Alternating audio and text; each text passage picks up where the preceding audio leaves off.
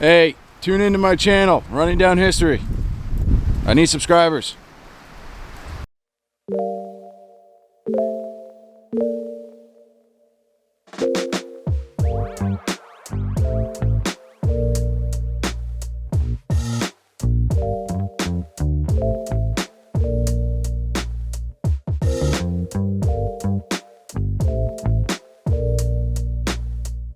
Welcome to a new episode of Running Down History, and it's a cold one this morning, and it's also going to be a little bit on the shorter side because unfortunately there's not much left of the history that used to once occupy this property. Now, a quick little background here. Where I am is actually in Rye, New Hampshire, at the former site of Fort Dearborn, which was a World War II fort to protect the entrance to the Piscataqua River. And further up that Piscataqua River is the Portsmouth Naval Shipyard. It's the oldest shipyard I think we have in the country. At the outset of World War II, the U.S. government realized that our coastal fortifications, especially with the German U-boat threat to our eastern seaboard. And for those of you who don't know, yes, German U-boats actually made it across the Atlantic. So on this property there is Battery Seaman and Battery 204. Trying to remember how to get there because now I'm at a legitimate fork in the road. That way or that way. I'm going the right.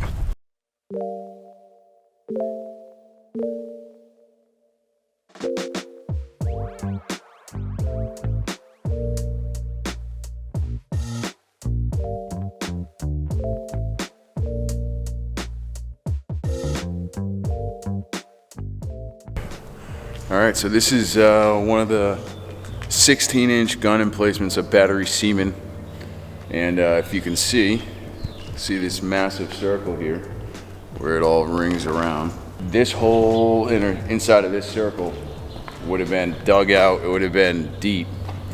Alright, and they would have had a 16-inch gun that would train out, and once again you're gonna have to use your imagination, unfortunately, a lot during this episode, but it would have, all this land would have been clear cutted.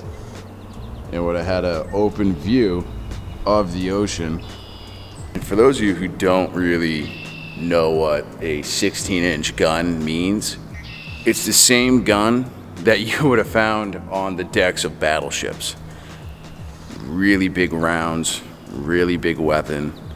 I believe each round would have weighed 2,000 pounds. And when they test fired the 16-inch guns here at Battery Seaman in June of '44, they were shattering windows. After that incident, only Battery 204 remained active during the rest of the World War II. So during World War II, obviously you have all these, gun emplacements, brand new. You have troops to man them. Now, the other structures that were once here were barracks, officer quarters, a chapel even, and even a commissary. As well as back on the main road there was actually a security gate. One of the famous Sperry searchlights was also here.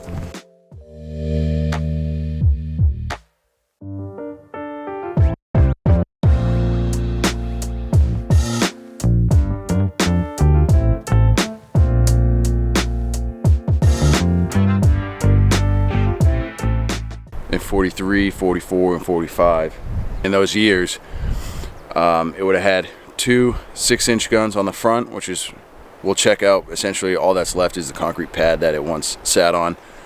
Two 40 millimeter anti-aircraft batteries, as well as two 50 cal machine guns.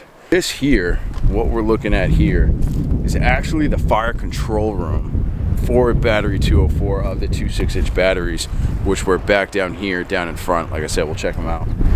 And as you can see, they boarded up the main opening to the fire control battery. And the fire control battery, the reason why this one's unique, it sits right on top of the battery. And the only access point in and out is from within the battery. Most of the times when you have batteries such as this, your fire control is going to be completely in a separate location from the battery to protect it from incoming rounds. This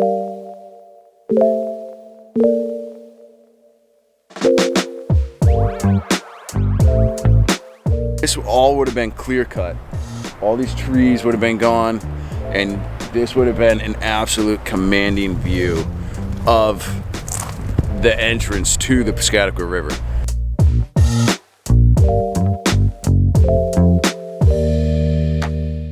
Okay, so this is the entrance to Battery 204 here. And again, Battery 204 would have had, its heaviest armament would have been the 2 6-inch guns. Because right now what we're focusing on is this circular pavement, and this inner circle of grass, believe it or not, is where one of the 6-inch guns with that little mini housing on the back end, this is where one would have been, right here.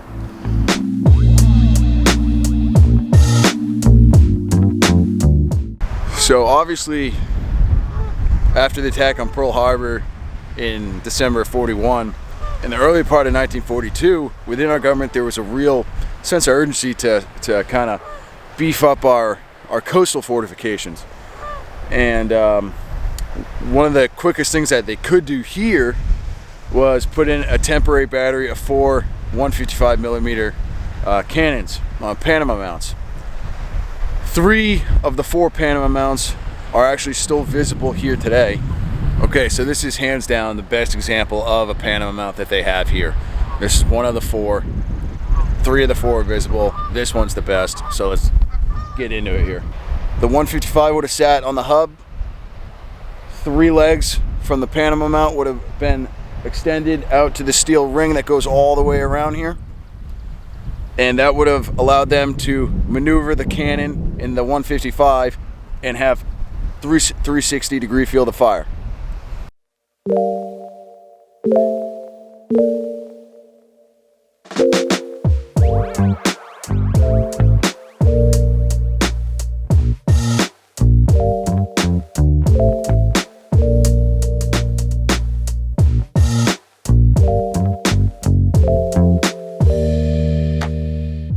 All right, so thanks for tuning into this episode of Running Down History.